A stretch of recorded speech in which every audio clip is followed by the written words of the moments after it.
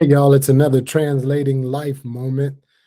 I was just thinking about one of the things that holds leaders back, holds people back, holds parents and relationships, families, communities.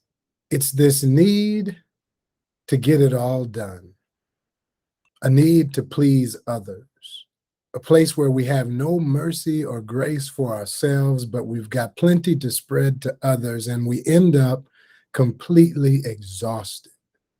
I mean, I just remember days where I used to wonder, but only to myself, if I had the energy to do the rest of the day. And it was 8:15 in the morning, completely exhausted. I'd come home and fall asleep with shoes on and ties still around my neck, just completely exhausted, not living a life where I was pacing myself, but it was more than my physical health. It was more than my practices or my calendar or how much discipline and boundaries I had around my schedule. All that was a challenge too. But I think the heaviest thing for me was what I thought I should do.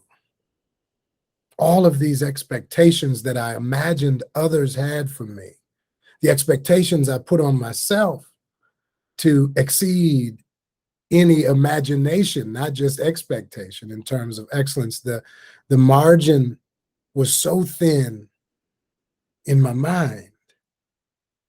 And all I kept thinking about was what I should do. And what I should do was in battle with what I wanted to do. And sometimes what I should do was even in battle with what I needed most. The shoulds, they knock us down. So I'm sitting in therapy one day with my therapist. By the way, if you don't have somebody to talk to about what's going on with you and how you feel, if you're feeling that weight, if you come home and fall asleep in your work clothes too, and it's a regular problem, if you're exhausted by life, you've got a short fuse, listen, you don't have to do that alone. There's professionals that are gifted and trained to help you walk through these things. And for those of you who immediately say, well, I got faith. Well, I do too. I love God deeply, and I don't miss therapy appointments. And it seems to go along together just fine.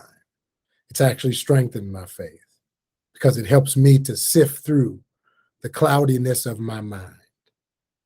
I'll put a pin in that, go to therapy, get an appointment, get some help. You're not too bad to get some help.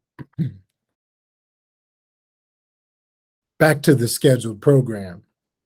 So the shoulds have us. You have all these obligations that you think you need to overtake, that you need to execute on, and that you should do, and that if you don't, shame takes over. Guilt, blame, self-loathing, all those emotions wear on us, and our bodies respond to the weight of the shoulds. So I'm going to tell you what my therapist told me. Tim, stop shoulding on yourself. And I'll tell you, stop shoulding on yourself. What's behind you is behind you. What's in front of you, you can't predict and you cannot control. So be present right now. And the only thing for you is what you are gifted to do to make your life and others better. Right now, in that moment, how can you be your best self?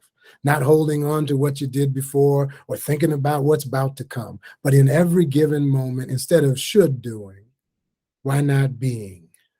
Instead of the shoulds, why not the becoming? See, I've learned how to be present, and I don't do it all the time. But boy, when I'm right here in this moment and I'm not shoulding all over myself, I feel good. And not just good in my body, but good in my mind. And I feel grateful in my soul. If I start shoulding, it's hard to keep on track. I hope this was helpful for you as you translate life. Stop shoulding on yourself and go get some help if shoulding is a practice. Translators, mount up.